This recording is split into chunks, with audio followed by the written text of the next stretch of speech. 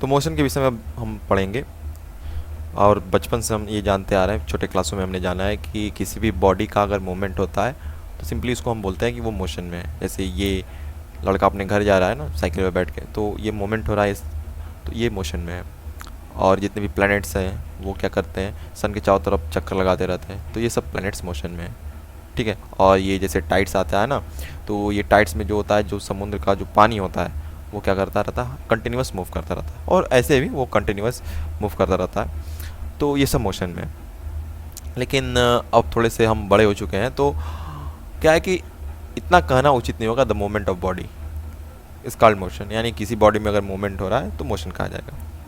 ठीक है। क्यों कहना उचित नहीं होगा, क्योंकि देखिए यहाँ पे एक बच्ची खेल रही है, यहाँ पे इसका नाम मान लेते हैं कुछ रिया है, और ये एक वैन को जाते हुए देखती है रोड के पास, जिसमें इसकी फ्रेंड है खुशी। यहाँ पे खुशी इसकी फ्रेंड है, और वहीं पे खुशी के ड्राइवर अंकल है, ड्राइवर अंकल। ठीक है। तो देखिए अब यहाँ पे एक ऐसा कंडीशन है जिसमें हम दोनों से, यानी रिया और उसके फ्रेंड खुशी से पूछेंगे एक दूसरे के मोशन के विषय में, कि क्या सच में जिसका मोमेंट हो रहा है वही मोशन में है या कुछ और बात है।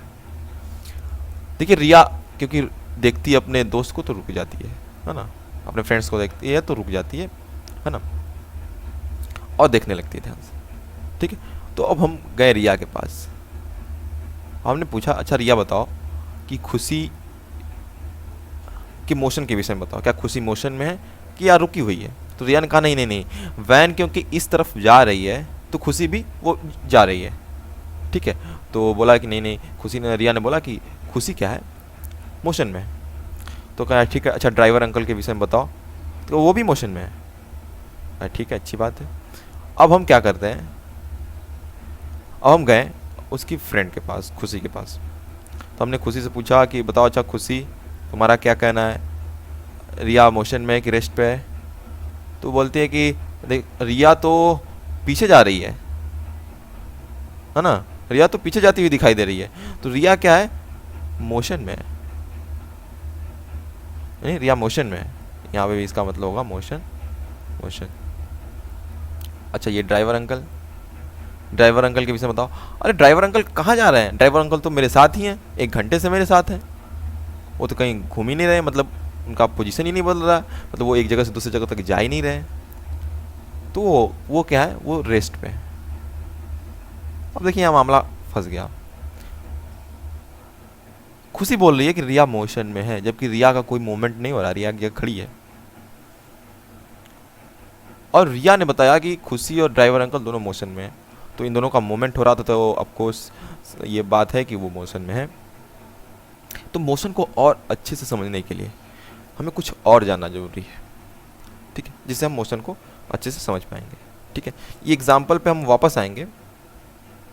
ठीक है, यहाँ पे आगे हम वापस आएंगे इसी एग्जाम्पल पे। तो देखिए मोशन को समझने के लिए सबसे पहली जो चीज़ है, जो सबसे पहला पॉइंट है, रेफरेंस पॉइंट, इसको समझना जरूरी है। तो रेफरेंस पॉइंट क्या होता है कि अगर जहाँ से किसी बॉडी को हम ऑब्जर्व करते हैं वही पॉइंट रेफरेंस पॉइंट होता है। ठीक है, या फिर उस ऑब्जर्वर को ही रेफरेंस पॉइंट मान लेंगे जो चीज़ों को ऑब्जर्व कर रहा है या फिर किसी बॉडी के मोशन को ऑब्जर्व कर रहा है। ध्यान से देखिए यहाँ पे हम ये मान लीजिए ये खुशी का ही घर है, यहाँ पे खुशी है, खुशी रहती है, इसका स्टोर है, और यहाँ पे रेलवे स्टेशन है, रेलवे स्टेशन। ठीक है, रेलवे स्टेशन है। अब हमने क्या किया कि इसको रेफरेंस पॉइंट मान लिया, यानी कि अब हम जो भी करेंगे, जो भी डिस्टेंस मेजर करेंगे या फिर स्पीड बताएंगे, किसी भी यहाँ पे अगर ऑब्जेक्ट घूम रहा होगा तो जो भी स्पीड बताएंगे हम, या फिर उसके डिस्टेंस के विषय में बताएंगे तो यहीं से बताएंगे। ठीक है, तो हम यहाँ पे रुक गए और हमने यहाँ पे ये रेफरेंस पॉइंट मान लिया कि हमारा कौन सा पॉइंट है, रेफरेंस पॉइंट। ठीक है, रेफरेंस पॉइंट है। अब हमने यहाँ से इसका डिस्टेंस मेजर करना शुरू किया, तो 2 किलोमीटर, 2 किलोमीटर, और स्टोर यहाँ से आया 5 किलोमीटर। स्टोर कितना दूर आया, 5 किलोमीटर। तो रेफरेंस पॉइंट से हम डिस्टेंस क्या करते हैं, मेजर करते हैं, सिंपली बात। ठीक है, तो रेफरेंस पॉइंट एक ऐसा पॉइंट जहाँ से ऑब्जर्वर चीज़ों को ऑब्जर्व कर रहा है। हम ये भी कंसिडर कर सकते थे कि ये जो है ये रेफरेंस पॉइंट है, जो खुशी का घर है उसको रेफरेंस पॉइंट मान लेते हैं, तो रेलवे स्टेशन 2 किलोमीटर हो जाता और स्टोर 3 किलोमीटर हो जाता। ठीक है, तो अच्छा ठीक है, ये तो बात हमको समझ में आई कि रेफरेंस पॉइंट का कौन सा पॉइंट होगा जहाँ से चीज़ों को ऑब्जर्व किया जाएगा। ठीक है, तो इस एग्जाम्पल में जैसे ये थी हमारी रिया, ये थी हमारी खुशी यहाँ पे बैठी थी, और ये हमारे ड्राइवर अंकल।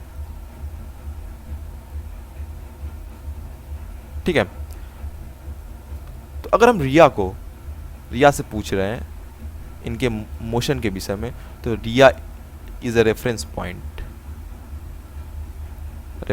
पॉइंट, क्योंकि ये डिसाइड करेगी, यही बताएगी कि कितने डिस्टेंस पे हैं वो हमसे, फिर वो कितने स्पीड से चल रहे हैं, कितना स्लो चल रहे हैं। ठीक है, तो रिया हमारी यहाँ पे रेफरेंस पॉइंट होगी। यदि खुशी से अगर हम पूछें मोशन के विषय में रिया के और ड्राइवर अंकल के, तो खुशी डिसाइड करेगी, खुशी बताएगी कि कितने डिस्टेंस पे ड्राइवर अंकल हैं, ये मूव कर रहे हैं कि नहीं कर रहे हैं। तो हमारी रेफरेंस पॉइंट यहाँ पे क्या होगी? खुशी। यानी कि जहाँ से हम मोशन को ऑब्जर्व करते हैं वही हमारा रेफरेंस पॉइंट हो जाता है। अच्छा, एक चीज़ आप ध्यान दिए होंगे थोड़ा सा कि सोलर सिस्टम में, यानी जो ये हमारा सोलर सिस्टम है, इस सोलर सिस्टम में जो भी जितने भी प्लैनेट्स हैं वो सब घूमते रहते हैं। हमारी अर्थ घूम रही है, हमारी मरकरी घूम रहा है, और जितने भी प्लैनेट्स हैं सब सूर्य के चारों तरफ चक्कर लगाते रहते हैं, और सूर्य एक जगह रेस्ट पे होता है, मतलब रुका हुआ होता है।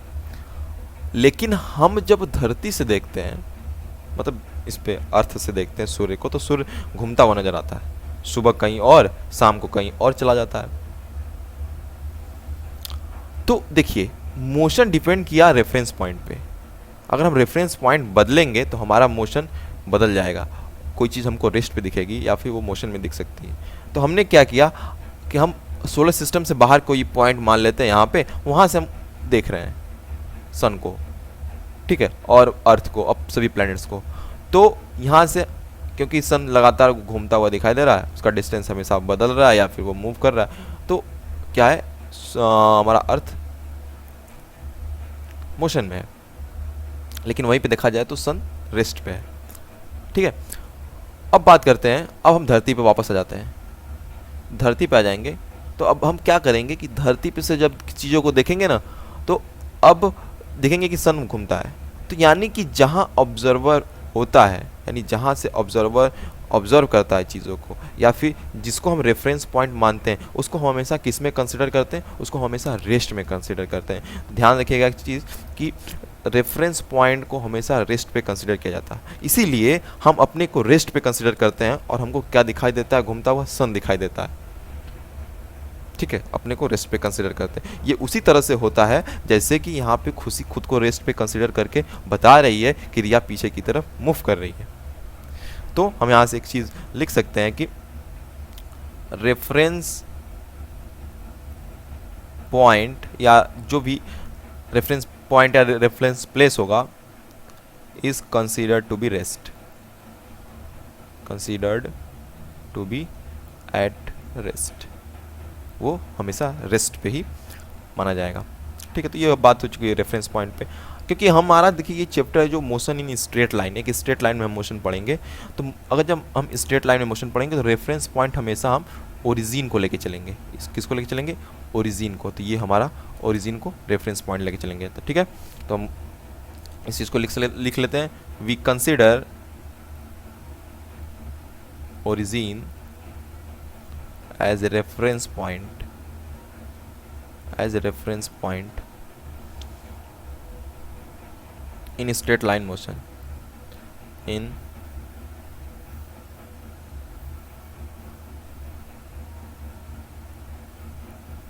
straight line motion।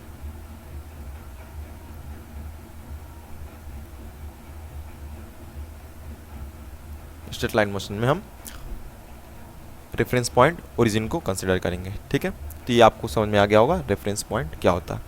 अब मोशन को समझने के लिए जो सबसे इंपॉर्टेंट पॉइंट्स है उसके बारे में हम देखते हैं।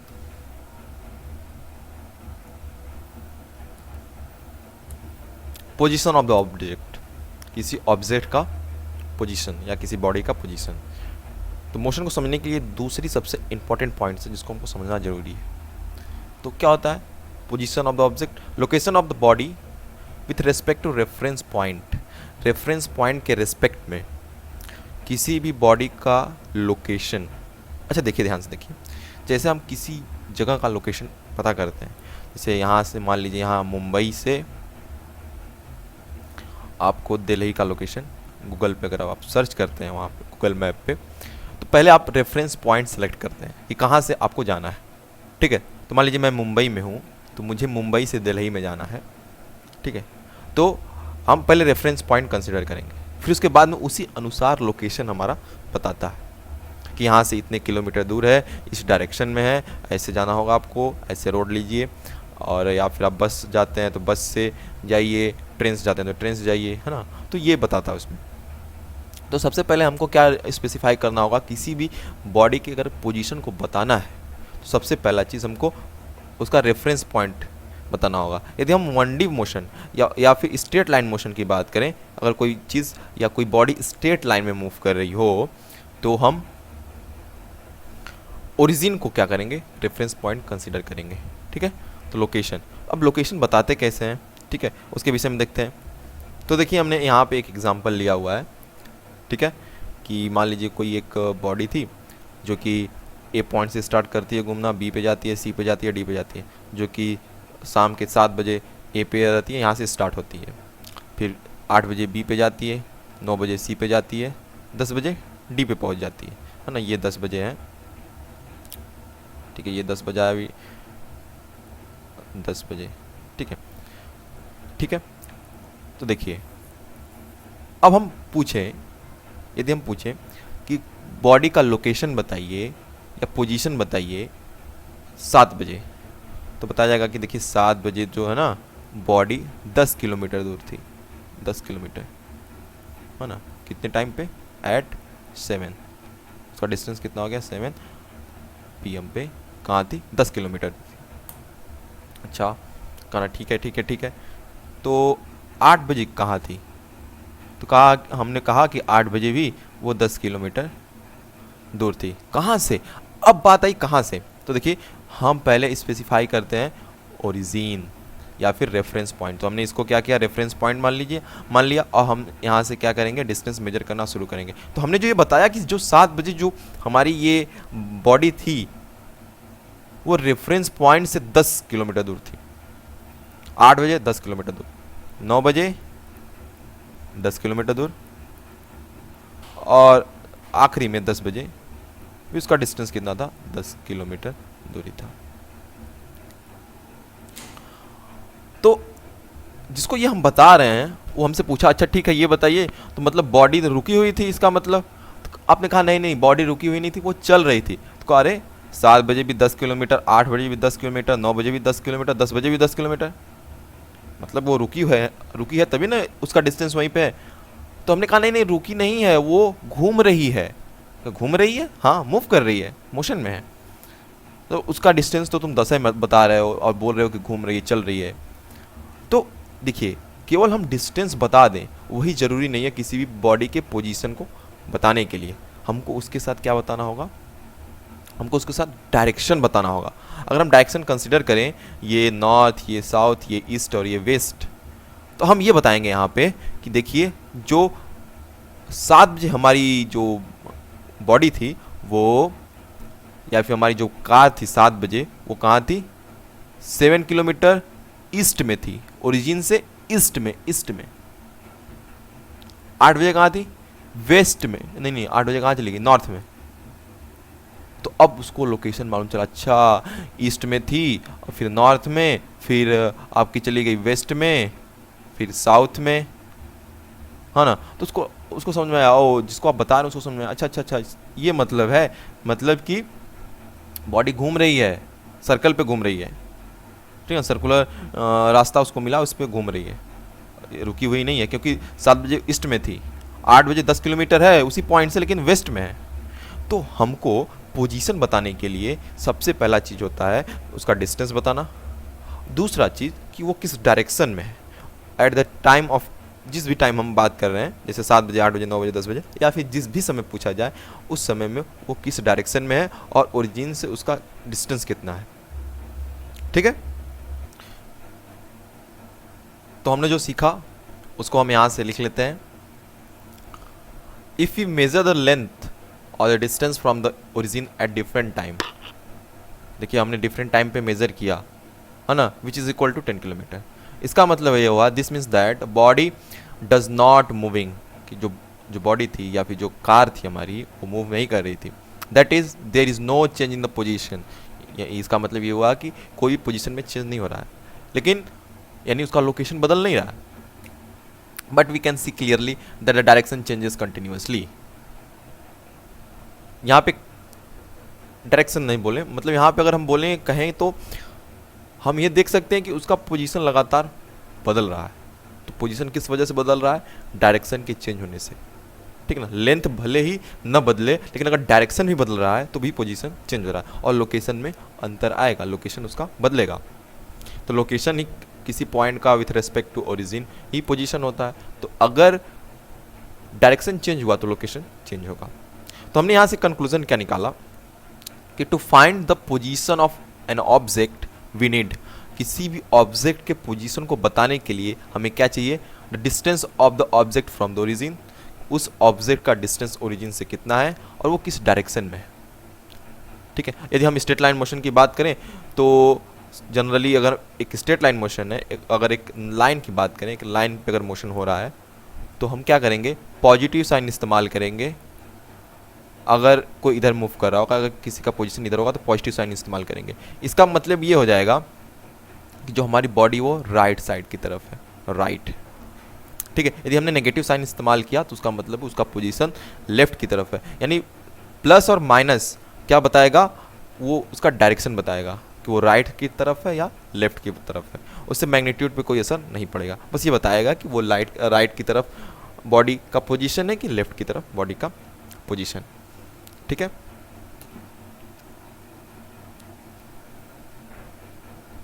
तो आइए अब क्वेश्चन करते हैं। Find the location of Harsh and Sohan if 0 is origin, यानी हम पहले केस में क्या करेंगे? 0 को ओरिजिन कंसिडर करेंगे और दूसरे केस में 4 को ओरिजिन कंसिडर करेंगे। देखिए ओरिजिन हम स्ट्रेट लाइन में जनरली 0 को मानते हैं, लेकिन हम यहाँ पे ओरिजिन को शिफ्ट करा के, मतलब उसको एक जगह से दूसरी जगह तक भेज के क्या करेंगे? लोकेशन फाइंड करेंगे। ठीक, कोई 0 पे रह रहा है, कोई 4 से रह रहा है, तो 4 पे रहने वाला आदमी बताएगा ना कि वो हमसे कितना दूर है या कितना पास है, किस डायरेक्शन में, तो वो भी वहाँ से भी लोकेशन बताया जा सकता है। तो हम क्या कर सकते हैं? ओरिजिन को बदल सकते हैं। तो उसी को हम लेके इस क्वेश्चन में चलते हैं। तो इसमें बोला गया कि 0 इज़ द ओरिजिन। अब लोकेशन बताना है किसका? हर्ष का और सोहम ना। तो इसका देखते हैं सॉल्यूशन। पहला हम किसका? हर्ष का। ओरिजिन से हमको डिस्टेंस मेजर करना। देखिए तो ओरिजिन से हर्ष जो है वो लेफ्ट साइड में है, लेफ्ट है ना, इधर है लेफ्ट और इधर राइट। तो लेफ्ट साइड में है, तो लेफ्ट साइड में देखिए यहाँ पे पहले से ही जितनी भी मैग्नीट्यूड है लेंथ की उसको माइनस माइनस माइनस करके लिख दिया गया है। तो हर्ष का पोजीशन कितना होगा? -4। अगर ये नहीं दिया गया होता तो हम क्या मानते? -4 ही तभी हम लिखते क्योंकि वो लेफ्ट में है। तो -4 यूनिट, उसकी जो भी यूनिट होगी, यानी मीटर ही यूनिट होती है एक्चुअली पोजीशन की। ठीक है, यहाँ पे माइनस क्या बताएगा? यहाँ पे माइनस शो करेगा आपका डायरेक्शन। ठीक है ना, माइनस क्या शो करता है यहाँ पे? डायरेक्शन। ठीक है, अच्छा अब कौन बचा? सोहन बचा। पहले क्वेश्चन में सोहन अभी बचा है, तो सोहन का देख लीजिए। सोहन कितना दूर है? तो ओरिजिन से सोहन 4 यूनिट आगे है, नहीं राइट साइड में। तो क्या लिखेंगे हम लोग? +4 यूनिट। वैसे प्लस लगाने की ज़रूरत नहीं है, +4 का मतलब 4, अगर हम सिंपली 4 लिख देंगे तो उसका मतलब ये हो जाएगा कि सोहन राइट साइड में है। ठीक है, अब दूसरा पे चलते हैं। जब हम 4 को ओरिजिन की तरह कंसिडर करेंगे ना, दूसरा है 4 इज ओरिजिन। ठीक है, तो क्या करेंगे? अब जब 4 ओरिजिन तो हर्ष के विषय में बात कर लेते हैं। तो अब हमने इसको ओरिजिन कंसिडर किया। अब ओरिजिन जब हम इसको मानेंगे तो हम किधर की तरफ जाएंगे? हर्ष से मिलना है तो हमको इधर जाना पड़ेगा। तो हमको हर्ष से मिलना है तो हमको इधर जाना पड़ेगा ना, तो 1 2 3 4 5 6 7 8 8 यूनिट, लेकिन लेफ्ट में है ना, इस ओरिजिन से इधर है ना, क्योंकि हमने ओरिजिन 4 को माना है तो इधर, तो 8 यूनिट लेफ्ट में है इसलिए माइनस। ठीक है, अब सोहन के विषय में क्या बताएंगे हम? सोहन कहाँ है? 0 यूनिट, यानी क्या मतलब, कहने का मतलब ये है कि ओरिजिन पे ही सोहन है। ठीक है, तो ये था एक छोटा सा प्रॉब्लम जो कि आपको बताएगा कि डायरेक्शन कैसे इस्तेमाल करें। ठीक है ना, प्लस कैसे इस्तेमाल करें, माइनस कैसे इस्तेमाल करें ना, जो कि डायरेक्शन बताएगा। दूसरा क्वेश्चन है यहाँ पे, state whether the following statement is true और फॉल्स। मतलब ये जो स्टेटमेंट है, the position is a vector quantity, क्या ये सही है या गलत? तो देखिए, पोजीशन को बताने के लिए हमको सबसे जरूरी पड़ती है मैग्नीट्यूड की यानी लेंथ की, उसके बाद डायरेक्शन की, किस डायरेक्शन कोई बॉडी, तो डायरेक्शन जहाँ भी आया वो वेक्टर क्वांटिटी। ठीक है, तो पोजीशन हमारी कौन सी क्वांटिटी हो गई? वेक्टर क्वांटिटी, तो ये क्या है? ट्रू है। ठीक है, अब आगे चलते हैं। चलिए, टाइप्स ऑफ पोजीशन, तो ये बेसिकली क्या होता है कि कहीं बताया नहीं जाता टाइप्स ऑफ पोजीशन, ये हम क्या कर रहे हैं कि आसान करने के लिए टाइप्स ऑफ पोजीशन आपको बता रहे हैं कि there are 2 types of position, है ना, initial position and final position. Generally 2 तरह के पोजीशन के विषय में हम बात करते हैं। ठीक है, तो ये क्या है? इनिशियल पोजीशन और फाइनल पोजीशन क्या है? ठीक है, मान लीजिए हमने ऑब्जर्वर आपको बनाया, तो आपके अनुसार अब आप देखिए ये दीवार है, इसके उस तरफ एक रोड जा रही है जिसपे कि कोई आ जा रहा है। ठीक है ना, अब क्या किया आपने, ये आपका दोस्त है, मान लीजिए क्या है, ये दोस्त है, आपका दोस्त है सोहन, है ना, जो कि इसी सड़क पर से इधर से उधर जा रहा है। ठीक है, अब देखिए आपने उसको ऑब्जर्व करना शुरू किया पॉइंट ए पे, है ना, तो जब आप किसी भी ऑब्जेक्ट को ऑब्जर्व करना शुरू होते तब टाइम शुरू हो जाता है। तो यहाँ पे जो टाइम था ना वो टाइम 0 था, लेकिन जैसे ही आपने इसको ऑब्जर्व करना शुरू किया अब टाइम स्टार्ट हो गया। ठीक है, अब ये टाइम बढ़ता रहेगा जब तक आप इसको ऑब्जर्व करते रहेंगे, सोहन को जब तक आप ऑब्जर्व करते रहेंगे तब तक टाइम चलता रहेगा। मान लीजिए आपने सी टाइम पे उसको ऑब्जर्व करना बंद कर दिया या डी टाइम पे आपने उसको ऑब्जर्व करना बंद कर दिया, तो टाइम बंद हो जाएगा। तो ये इसका फाइनल पोजीशन हो जाएगा। तो जहां से हम टाइम ऑब्जर्व करना स्टार्ट करते हैं, किसी बॉडी को स्टार्ट करते हैं ऑब्जर्व करना, तो वो इनिशियल पोजीशन होता है, और जहां हम ख़त्म कर देते हैं कि अब हम उसको ऑब्जर्व नहीं करेंगे, ठीक है, तो उसको फाइनल पोजीशन बोलते हैं। यदि मान लीजिए आपने बी से ऑब्जर्व किया होता तो यहाँ से टाइम स्टार्ट होता और सी तक ऑब्जर्व करते आप तो वहाँ टाइम खत्म हो जाता, तो बी आपका इनिशियल पोजीशन हो जाता और सी आपका फाइनल पोजीशन हो जाता। तो देखिए वही क्या है initial position, the position of an object at t is equal to 0, मतलब जब टाइम स्टार्ट हो, that is when the body started to observe, जब बॉडी को ऑब्जर्व करना शुरू किया जाए। And the final position, the position of an object at t is equal to t, t is equal to t का मतलब है that is the when the body ended to observe, मतलब बॉडी को अब क्या कर रहे हैं, ऑब्जर्व करना बंद कर दे रहे हैं। तो ये है इनिशियल पोजीशन और फाइनल पोजीशन। ठीक है, तो अब मोशन को जानने के लिए हम 2 चीज़ें जान चुके हैं। ठीक है, तो अब मोशन देखिए हम वहीं पे वापस से आ गए, उसी एग्जाम्पल पे वापस से आ गए। हमने बोला था कि हम उस एग्जाम्पल पे वापस आएंगे। तो देखिए रिया, अब देखिए रिया को हमने रेफरेंस पॉइंट माना, तो रेफरेंस पॉइंट के रिस्पेक्ट में, यानी रेफरेंस पॉइंट अगर बता रहा है कि हमसे पोजीशन, जिस ऑब्जेक्ट को हम ऑब्जर्व कर रहे हैं उससे अगर हमारा पोजीशन बदल रहा है या हमारा उससे पोजीशन बदल रहा है, ठीक है, यानी उसका पोजीशन अगर बदल रहा है उस ऑब्जेक्ट का, तो वो क्या है, वो मोशन में है। अगर पोजीशन नहीं बदल रहा है तो वो रेस्ट पे है। ठीक है, यदि देखिए यहाँ पे खुशी थी, खुशी के अनुसार यानी खुशी को अगर रेफरेंस पॉइंट माने तो खुशी का और ड्राइवर अंकल का क्या है, पोजीशन बदल नहीं रहा था। ठीक है, तो खुशी का कहना यहाँ पे सही था। ठीक है, अगर इसको रेफरेंस पॉइंट अगर हम माने, लेकिन रिया का पोजीशन बदल रहा था, तो खुशी के अनुसार रिया मोशन में है और ड्राइवर अंकल रेस्ट पे। यदि रिया को हम रेफरेंस पॉइंट माने तो खुशी मोशन में है क्योंकि उसका पोजीशन बदल रहा है, उसका डिस्टेंस बदल रहा है, डायरेक्शन बदल रहा है। ठीक है, और ड्राइवर अंकल का साथ साथ वहाँ पे भी पोजीशन और डायरेक्शन, मतलब पोजीशन बदल रहा है, सिंपली बोले तो पोजीशन चेंज हो रहा है, ठीक है। तो हम उस कंडीशन पे पहुंच चुके हैं कि अब हम मोशन को डिफाइन कर पाए, ठीक है। तो देखिए स्टेट ऑफ रेस्ट, किसी बॉडी को कब बोला जाएगा कि वो रेस्ट पे है, ठीक है। कब बोला जाएगा रेस्ट पे? The body does not change its position with respect to reference point.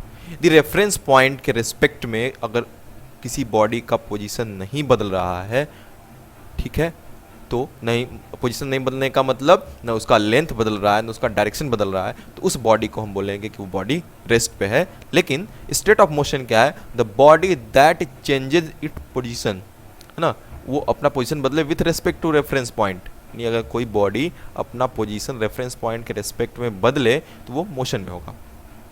और एक बात ध्यान रखिएगा, एकदम नोट कर लीजिएगा, मोशन रिलेटिव होता है, मतलब वो अलग अलग लोगों के लिए अलग अलग हो सकता है। जैसे पिछले एग्जांपल में हमने देखा खुशी के लिए अलग था और रिया के लिए अलग था। खुशी के लिए जो ड्राइवर अंकल थे वो रेस्ट पे थे, है ना। खुशी के लिए देखिए यहाँ पे खुशी के लिए जो ड्राइवर अंकल थे वो रेस्ट पे थे, लेकिन उसी वहीं रिया के लिए जो ड्राइवर अंकल थे वो मोशन पे थे।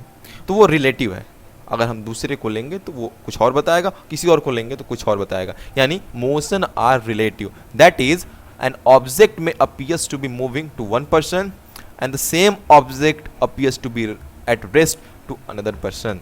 यानी मोशन क्या होता है हमारा रिलेटिव होता है, ठीक है। किसी को कुछ और दिखाई देगा, किसी और को कुछ और दिखाई देगा, ठीक है, ओके।